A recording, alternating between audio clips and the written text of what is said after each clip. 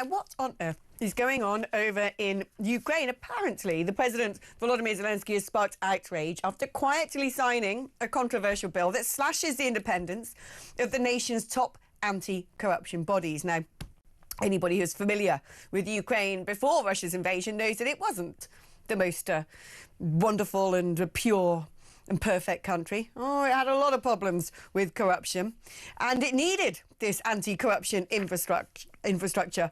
And yet, apparently, Zelensky has signed a bill which essentially puts somebody above the anti-corruption body, somebody who is his ally, and is going to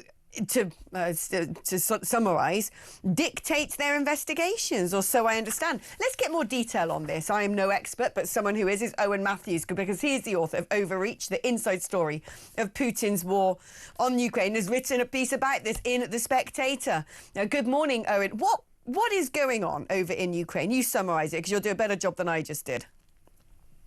Well, what happened yesterday to isolated cries of shame in Ukraine's parliament, but most of Ukraine's parliamentarians essentially subordinated various anti-corruption law enforcement agencies to the government at Zelensky's order. There's no doubt that this was a project that was ordered by Zelensky and by his controversial chief of staff. Why did they do that? Because these anti-corruption bodies had reportedly around 260 members of Zelensky's administration and the government under investigation. And Zelensky wants to shut that down. Right. And so obviously that's terrible for civil society, for Ukraine's reputation, or Zelensky's reputation, particularly as an anti-corruption campaigner, which is what he came to power as back in 2019. And now he's gone full circle. Yeah, and actually it comes at such a critical time, a time in which Donald Trump is beginning to side with the hawks over in the Oval Office and beginning to sort of push away the sort of pro-Russian side of the MAGA movement, beginning to be encouraged by his wife Melania to send weapons over to Ukraine and begin to talk tough on Putin and throw some sanctions in his direction, and sanction countries still cooperating with Putin.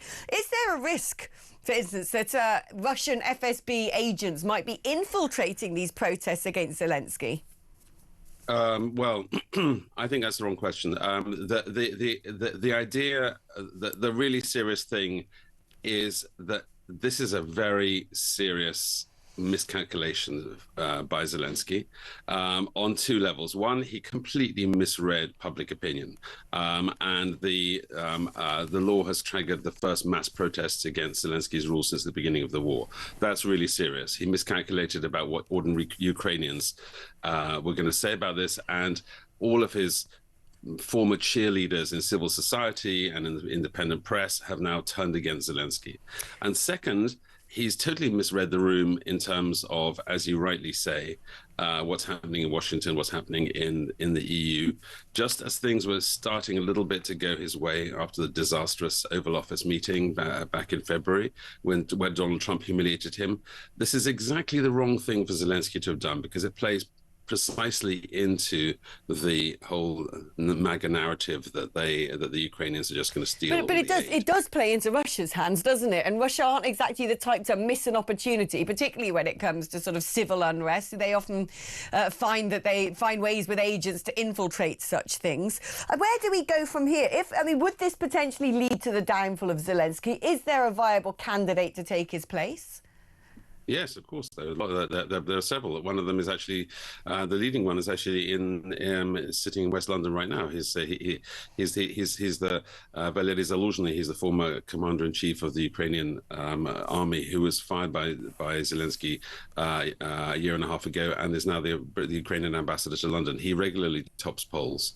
There are other figures, and very unusually and interestingly, the head of Ukraine's military intelligence, Kirill Budanov, just came out and called for national unity and said that the armed forces would always be ready to ensure Ukraine's sovereignty and unity, which is a very strange and slightly sinister way of saying that the army is following this very closely.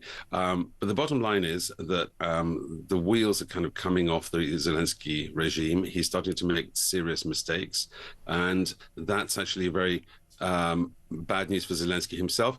I think it actually could be quite good news for Ukraine. Right, And yeah, it could that's be what I was going to good news ask for the you end of the that war. actually. You know, if he, everyone's favourite golden midgets wheeled out at Glastonbury Festival to talk in his gravelly voice about peace and democracy in Europe and why Ukraine needs so much help. If he's fallen from grace and is pretty unpopular, might there be an opportunity with new leadership to reinvigorate the West's support for Ukraine?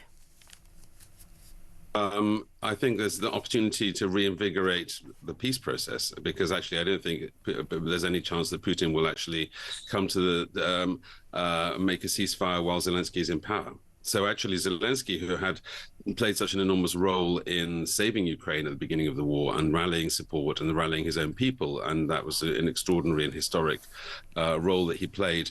Now that role has come to an end, and I think that his presence is actually one of the major obstacles to peace.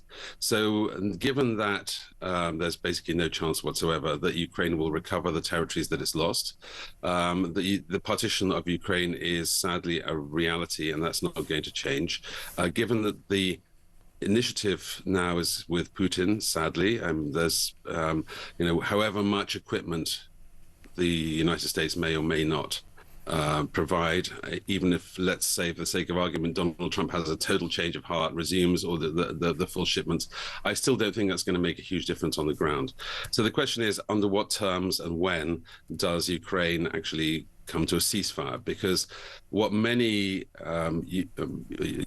senior Ukrainian officials, past and serving, have told me is that there's a real danger that Ukraine will actually fall apart and just disintegrate if the war doesn't come to an end. So actually bringing the war to the end is probably the most patriotic and the most important thing for the survival of Ukraine right now. Owen, thank you ever so much for your insights. It seems like sands are certainly shifting over there in Kyiv. So let's watch this space. That war has dragged on for a very long time. Perhaps the winds are changing.